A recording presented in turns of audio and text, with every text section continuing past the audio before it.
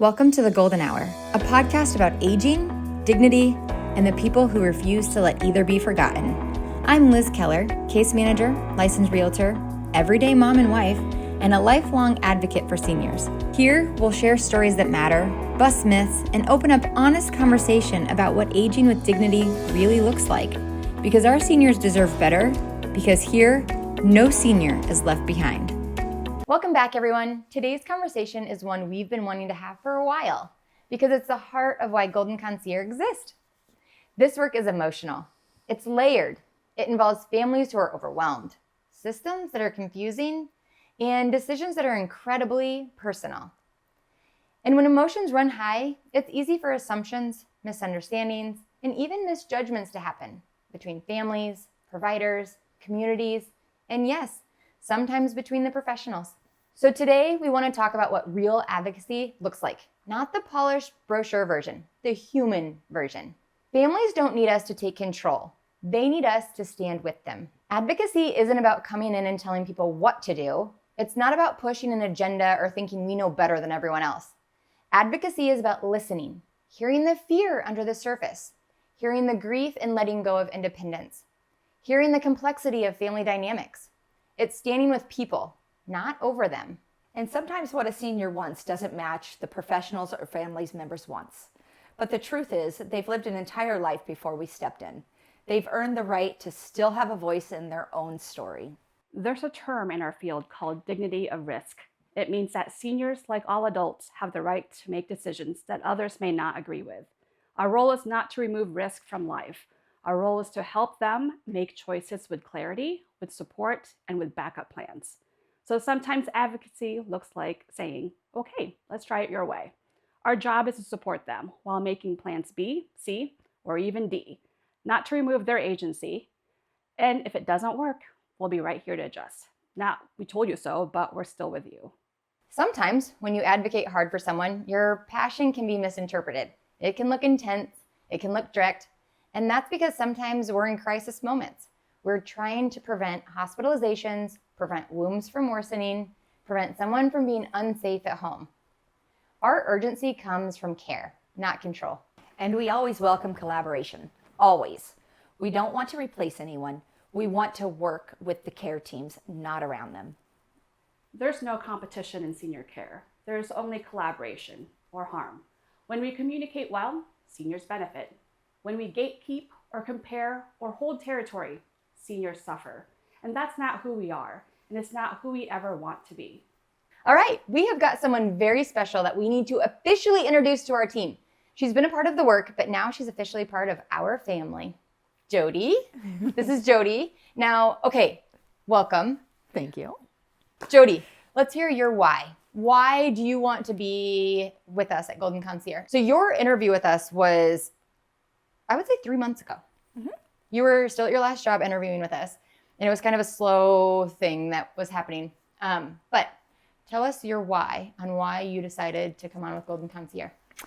I would say my why is because I love helping people. I love meeting them where they are and helping them in the next chapter in life and getting them where they need to go and just being a part of all of that. Yeah, it's fulfilling. It is. Yeah. How did you find us?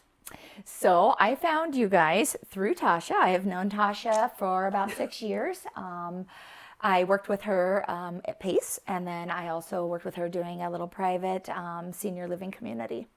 So you just know everybody. Well, I have said this forever, actually. Tasha is the networking queen. I would agree. Yeah. Everybody knows Tasha Tucker, and I swear Tasha knows everybody else. Well, not everybody. Getting there, maybe one day. Yeah. Well, I still think you know everybody, literally. Okay, so what is one thing that has surprised you with working with seniors? I would say how witty they are. You would think that with age that would diminish, but no, they have a great sense of humor. They have great stories. Just listen to them and enjoy them. Yeah. Oh, their stories are, we may call us old souls. Do you think maybe that's why we kind of vibe well, is that we all have old souls? Yeah. I do. I agree with that. Yeah. Mm-hmm. I feel like we are much more aligned with, there's nothing that a senior citizen could say that would ever offend me. Right. And Same. I feel like there's things that they say that would You know, they're scared to say it because it's going to offend someone. And I think it's funny. I do. You gotta have Yes. humor for sure. Yes. Yeah. And they've got some amazing stories too. So yes, I love it. Some like lived through stories. Yeah. For sure. Yeah. I think the one thing that surprises me the most with seniors is that some of them are still driving. Yeah. And I might be one of those down the road too. So I'm not going to comment anymore. Yeah. But I mean, like, that has been the one thing that I think that has surprised me the most to find out that, like, I'm like, you still drive? Yeah. Okay. Yeah. What can I do to set up services for you to have a driver? That will be our first task. Right. Yes, that has been my most surprising thing. All right, Jodi, I did this with Tasha. Now we're going to do it with you. It's just a quick get to know you. Okay. Okay. All right. Coffee or tea? Coffee. What kind of coffee? Honestly, I want sugar-free, but I like sweet. So macchiatos, caramels, those types of things. Yep. Yep. Yummy. Okay. What is your go-to comfort food? Mexican for sure. Ooh, yeah. I mean, you can't pass it up. No. What's your She favorite? knows good places too. Yeah. What are some good places? Tacos Mariano's, my favorite. Where's that at? That one is over in Drake area. Okay. It's very good. Any more? That's probably my all-time fave. That's my definitely go-to when I want comfort food. What is it again? Tacos Mariano's. Okay. Got it. We'll give them a shout out. Are you a morning person or a night owl? Let me guess. Morning person. You are right. I am a morning person. I think that's all three of us. Yes, I would agree. I know her because you can't get a hold of her past a certain time at night. Fair. True story. But yeah, I mean, I think we start texting at like 5 a.m. Yeah. We start early. Yeah. Yes. Yeah. So if you're looking to get a hold of us, 5 a.m., probably not going to hear from any of us past 8:39. Yep. Because we've been up since 5. Fair. Yep. What is one book, show, or podcast that you have recently taken on to? I'm currently watching Animal Kingdom. So that's kind of been my go-to right now. But yeah. It's so good. Highly recommended. Beach vacation, cabin in the woods, city. Which one? Hands down, beach. Yeah. The ocean is my soul place. I love the ocean. I love the sound of the ocean. I do not like sand and places that sand doesn't belong part of the ocean. It's an exfoliant. I would agree for the next month. Just kidding. I shower, so it next month. But I feel like, oh my gosh, you cannot. The worst part about this is when we go to Florida and we're like staying in Orlando to do the parks and we want to do like one beach day. I have cut that because you have to like drive back with sand on you, and it's the worst. Got to stay somewhere close. Yeah, well, Stay right on the water. I would agree. I would agree. Yeah. What are you? What would you Beach. say? Beach, yeah. Yeah. It is. The beach feeds the soul for sure. And there's so much curiosity about the ocean. Don't you guys wonder what's really underneath there? Oh, one of my favorite things is going in there and doing the snorkeling and adventuring Yeah. and trying to be part of it. So have you scuba dived? I've not scuba dived. I'm actually scared to scuba dive. So Same. So it is a little intimidating, but I will say my 9-year-old did it. And I kind of forced them, but kind of not. They were excited to do it.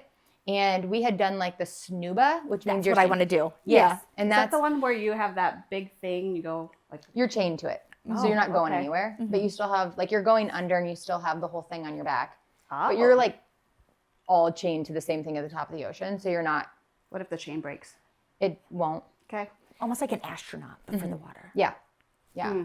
But I would recommend trying the scuba diving. The only thing that's hard about it is it's mind over matter as far as like breathe, you know, whatever. But they put you in the pool first in case it's too much. But it is so beautiful. I mean, you have not seen beauty until you're like 50 feet below or something Right. like that. And it's like everything that seems different in perspective. See, I couldn't do it because I think of the movie Open Water, like Lively. She gets out to the surface and like everybody disappears, it's gone. She's stuck in the middle of the ocean. So anyway, I have a fear of just anxiety setting in, me not being able to control that breathing and just going into pure panic. Yeah. That would be, I just don't know if I could do it.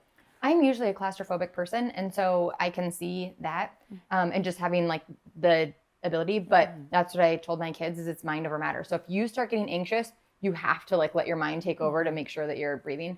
It does suck when you get the salt water in your goggles and then you have to get those out. But they do teach you, and you do make sure you get that part down before you go under and you get salt water in your eyes. But Can you wear glasses? I won't be able to see. you'd have to get contacts. I think. Okay. I don't know. We'll Google that. Okay. Can people with glasses scuba dive? I'm going to go with the answer is yes. I bet there's a way. It's like, wow, it's beautiful. I can't see anything. Everything's a blur. Everything is just one big blue blur. What was that? That was a ship. That was a cruise ship. Well, all right. So their buckets list have just been filled with another item. All right, Jodi. If Golden Concierge families remember one thing about you, what would you hope that it is? That I was passionate and listened to them. That I was really with them during that whole journey. Yes. One of my biggest pet peeves, as you guys know, is someone saying to me, this is how we've always done it. In my opinion, it is the most dangerous thing someone can say as to, we cannot accommodate that person because this is how we've always done it. Yes. And I think that's where we're stepping in here and creating this new space that we're not going to just settle on that answer. So I think that's what you're saying right now. Absolutely. Is that every story is different. Every walk of life is different. Everybody has their own story and their own journey, and you just have to be there for that. That's exactly what I'm trying to say. yeah, meet them where they're at. Yep. And one thing I love about Golden Concierge too is that you created this platform for us to think outside the box, to get out of that norm. And that's really unheard of in healthcare, you know? And I think that's the beauty where we do truly stand out in this industry, is just because we truly advocate for those that are in need. Yeah, the vulnerable, for sure. And I guess to lean into that, I've told you guys so many times that you will never get in trouble with me if you're advocating for our clients. If there's a community that gets upset with you, if there's a provider or whatever, because they feel like you guys, whatever the case may be, if you guys were advocating for the client and you were being their mouthpiece and their voice, that's literally what we are here to do. Because, and I get it, doctors, all of those people, they see how many patients a day? I mean, how many patients coming out? So they get in this just mode of like, this is what we do, and this is, and I don't know as if someone is advocating for themselves that specific, like, you know, I don't know, personalization is happening for each person. Yeah. And I just to clarify, I do this for my kids. I'm sure that we all do. But last year, my son he was 8 and he was playing soccer and he tore his meniscus. However, it just kept hurting. He would fall on the ground and it would pop, and we kept taking him to doctors. We went to 5 different pediatric surgeons because they kept saying, it's growing pains, it's sprained, it's all of these things. And I was literally, he would just fall to the ground, he would hear a pop, and he would just couldn't even breathe. It hurt so bad. And so for these doctors, orthopedic surgeons, to tell me, just growing pains, I was like, okay, next. So finally we had an exploratory surgery in Iowa City, and his whole meniscus was torn. Whole meniscus. Poor guy. Well, thank goodness you advocated. Thank you. Yes. Thank you. And that's kind of where that comes in, is I will not stop. And that is why. Because had I just listened to the first 5 doctors, he would still have a torn meniscus that we're having serious lifelong issues with. And I even think the doctor that did the surgery, you know, he had talked to the previous 5 doctors and they were all like, nothing. And so he was like, well, we'll do an exploratory surgery. He had a different tone when he walked out of that operating room, and he was like, yeah, the meniscus was torn. And he's so little that the MRI didn't catch it. And this doesn't happen at this age. That's what they all said. This age doesn't get torn meniscuses because everything is so flexible. Well, it happened, and thank God that, you know, we were able to push through. So that's advocacy. Absolutely. Like you said earlier, you know, advocacy can look pushy. Yep. But really it's just passion. It's And passion. you just want to make sure that they're all right. And you know, like he's my son. I know that there's something wrong. And once we meet these seniors, we know what they need. Yep. So, okay, good conversation on that one. What is one thing you are excited to bring to our team that you offer that is going to make our team even better? And I say this as if you haven't started. You've been with us for a while. But for the people. Right. I would say my Medicaid specialty. I've been doing this for over 20 years, so I do know the state rules and regulations and everything that's needed. So I'd say just that piece, coming in and understanding it. Okay, Tasha, this is both our answers, I think. I think the best thing that she brings to the team is you and I have completely yin-yang personalities. You sure do. And somehow she's the line of the yin-yang in between. She's like the moderator. Yes. Yeah. I mean, she's the neutral zone. Sometimes when we are in a space and Tasha and I are like talking in circles. I think what is happeing is they're truly saying the same things. You really are. You both are saying the same things, but just a little differently. So let me just simplify this for everybody in the room right now. This is what they're trying to say. Yeah. Or let's be like, Jodi, I need you to translate what Tasha's Jodi, saying. Can you just cover this? I'm like, yes, Jodi, please translate what I'm saying so she understands. And please translate what I'm saying so she understands. Poor Jodi. We heart you. But it's awesome. true. But it's also why we work well together, is because we all have that different lane that we're in. And when Tasha's approach is different than my approach, I think you help kind of like, well, I think we've got the same end goal. Yep. Yes. Just maybe we got to mesh these. Yeah. Yes. What do you think for that? 100% agree with that. Yeah. Yes. Yep. Well, thank Very you. true. Yes, you do a good job on that. I think we make a great team. Yes. And it's never a dull moment having those road trips with her too. No kidding. No kidding. What I learned is she drives and I take the computer if we're working on the road. Literally, we had to pull over because it gets a little dangerous when I'm driving. And I'm like, okay, no, that one. Jodi, up in the right-hand corner, the red button. Move the mouse that direction. I am not tech savvy, so I definitely belong in the driver's seat while somebody takes control of the wheel on the. Okay. There seems to be confusion in the field about where we come from and what we're doing. So I feel like we've talked about it an awful lot, but we're going to just keep rehashing how this all works. Meaning, like, we weren't just 3 truck drivers that decided to start business.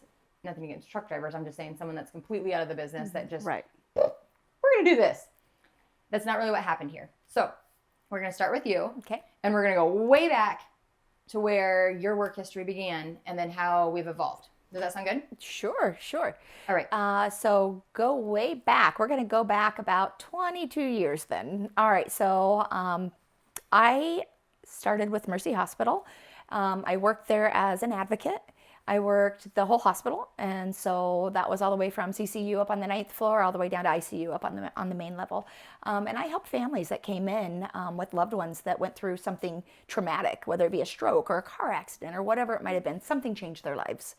And so they're no longer going to be able to work. And so I would help them through that process. I would be their voice when they couldn't be their voice. I helped them get onto Social Security disability. I helped them get onto Medicaid. I helped them to do all of these things so that when they were better to their baseline, the best they could be, that they had these things already in place. And then they could live the best life that they were able to live. And then I went on and I left Mercy right before COVID happened. A weird blessing in disguise. Was not in the hospital during that crazy time of our lives. And I went over to Emmanuel Pathways and I worked for the PACE Center there and PACE program, which is where I met Tasha. And that would have been 2020. It would have been January of 2020 when that happened. And then I was there for 2 months. And that's when March is when that kind of the world went upside down. And there I worked. So were you busy? I think you're about to answer that, but I'm curious on when the world changed. It was wild. It was so wild. No, we never stopped doing what we did. We never missed a beat. These people still needed our help. So regardless, we still continued on. More so than probably before. Right. We did a lot more home visits than before. So now it was just going to them and being in their home, being a part of that with them. So yeah, absolutely. And what I did there is I continued to do those Medicaid applications and continued to teach them how to go into that direction, whether it was spinning down and having them do that appropriately, and just all of that. So teaching them how to get onto that Medicaid if that's what they needed so that they could be a part of the PACE program and bring care to them into their homes. Yeah, so that's amazing knowledge, which is obviously a big deal because Absolutely. not everyone can do this stuff. Yep. It is hard. Yep. Okay, so after that. Yep. And then right before I came to you guys, I was at a private senior community. So I have that experience as well. Yeah. And then now you have me. Yes. Which is perfect. Go back to, what did you do before blank? So I was with a substance abuse treatment program, and I was there for probably 9 years, I want to say. At the same time, going to school, trying to figure out what I want to be when I grow up. And then I went to blank, just because I knew I wanted to get more into the healthcare field, maybe, look into the hospital. And then I discovered becoming a surgical tech. And then I was a surgical tech probably for a year until I became allergic to every soap and glove I touched. So I had to change my career.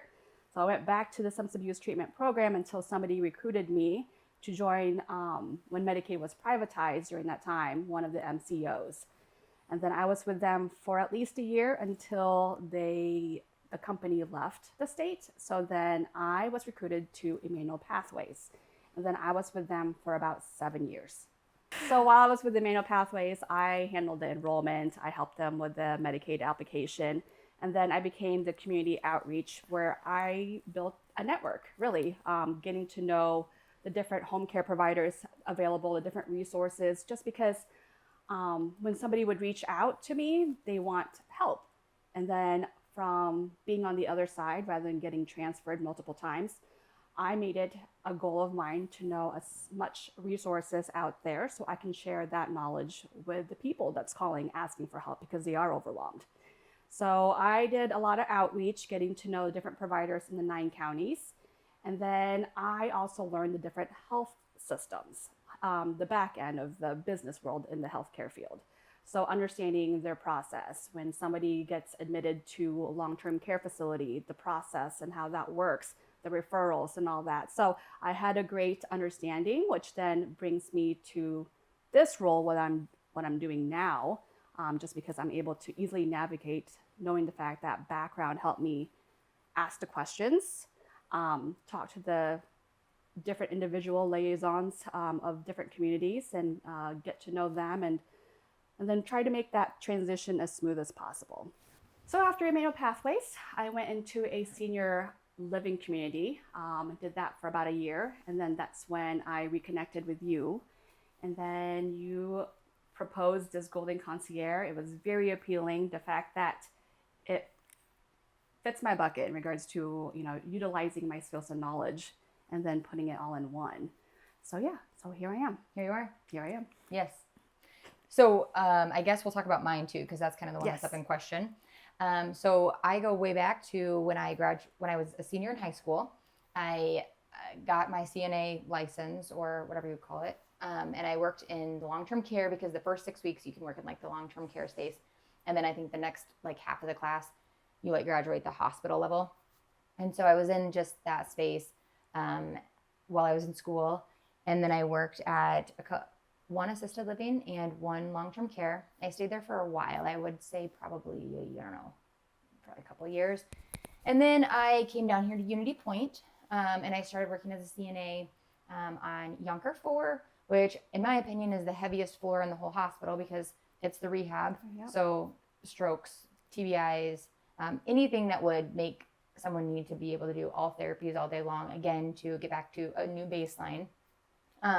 And so that was a very heavy floor. Learned a lot there. But, a lot of people had to leave and go into skilled or long-term care when they left there. So got used to kind of that transition as well. And then I navigated over to Blank, which is where we met, because I thought I wanted to work with kids. And I do love kids. That floor was hard emotionally. Mm-hmm. Yeah. Working with kids, there's a lot of different emotions that go into it. One, just the sicknesses and the diagnosis, and then having all of the family dynamics involved. It was very hard. It was very sad. It was great.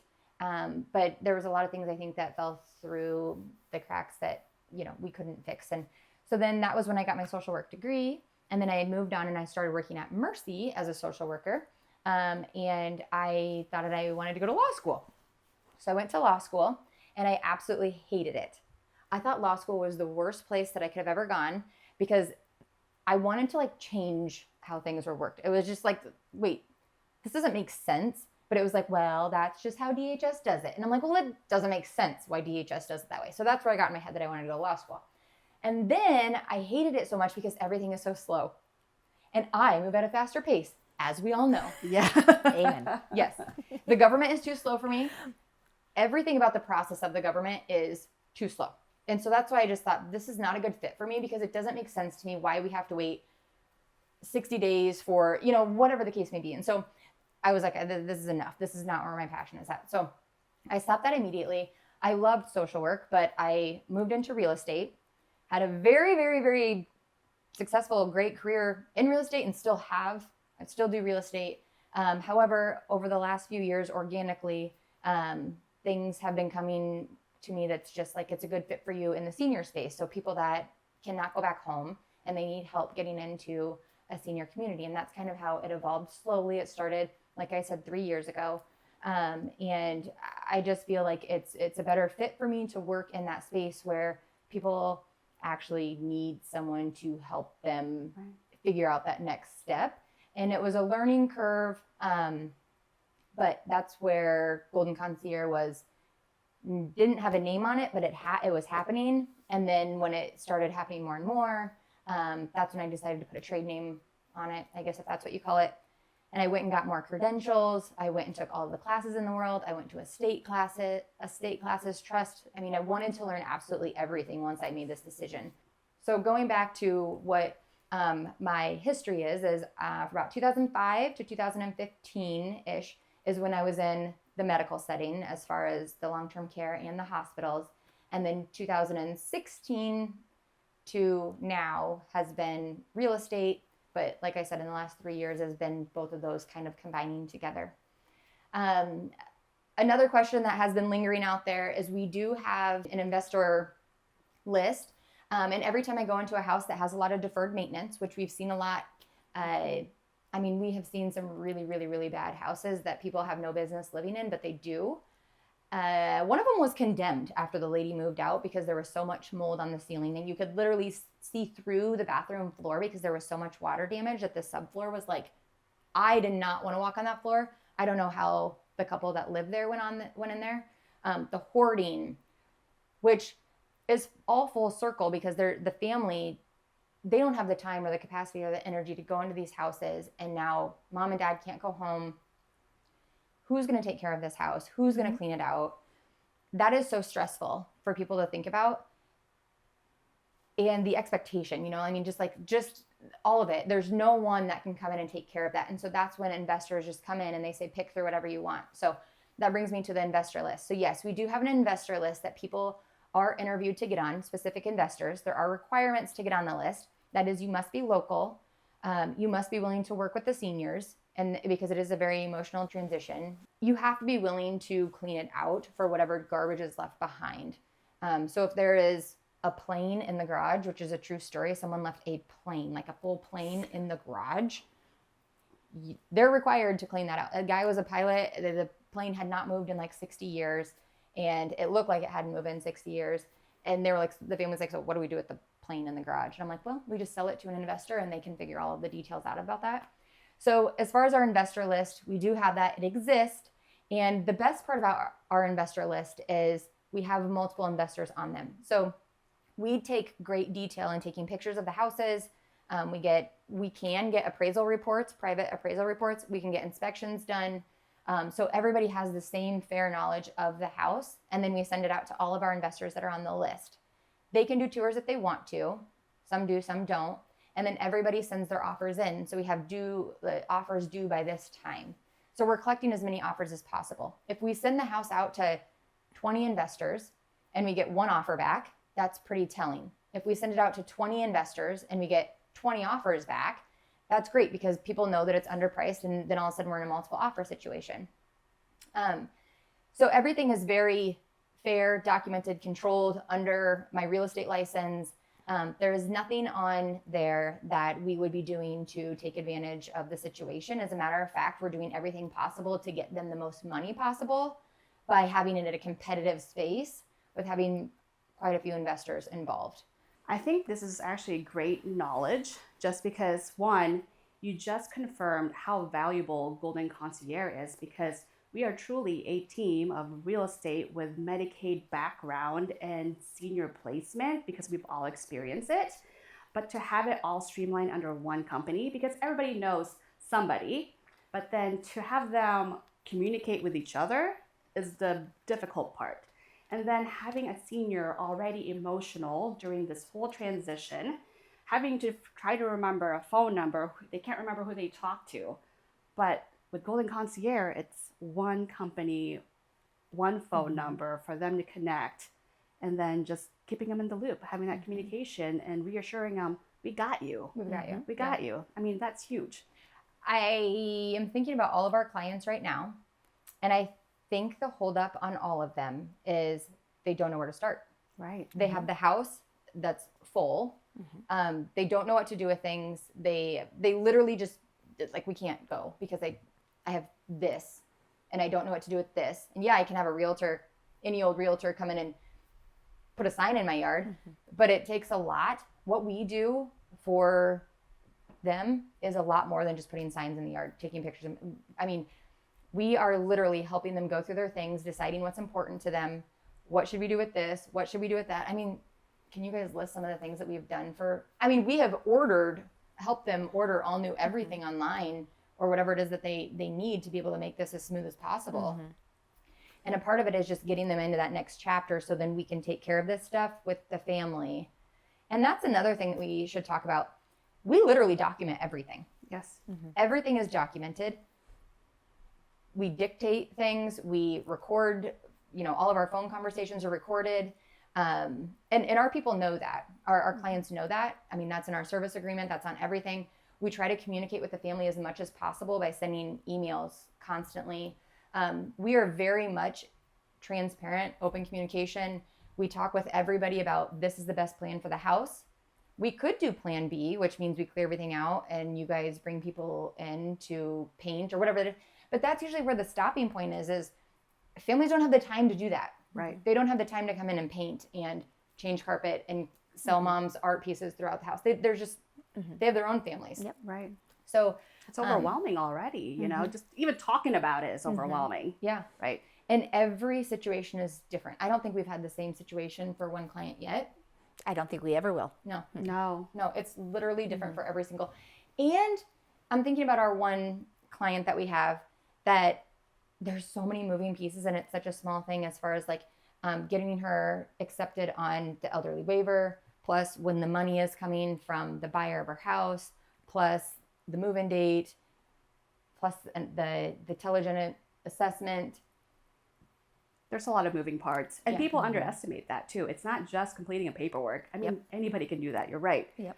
But it's the in-between, the details, the driving to a bank just to get bank statements, being on those phone calls for an hour, 2 hours with Social Security or life insurance policies.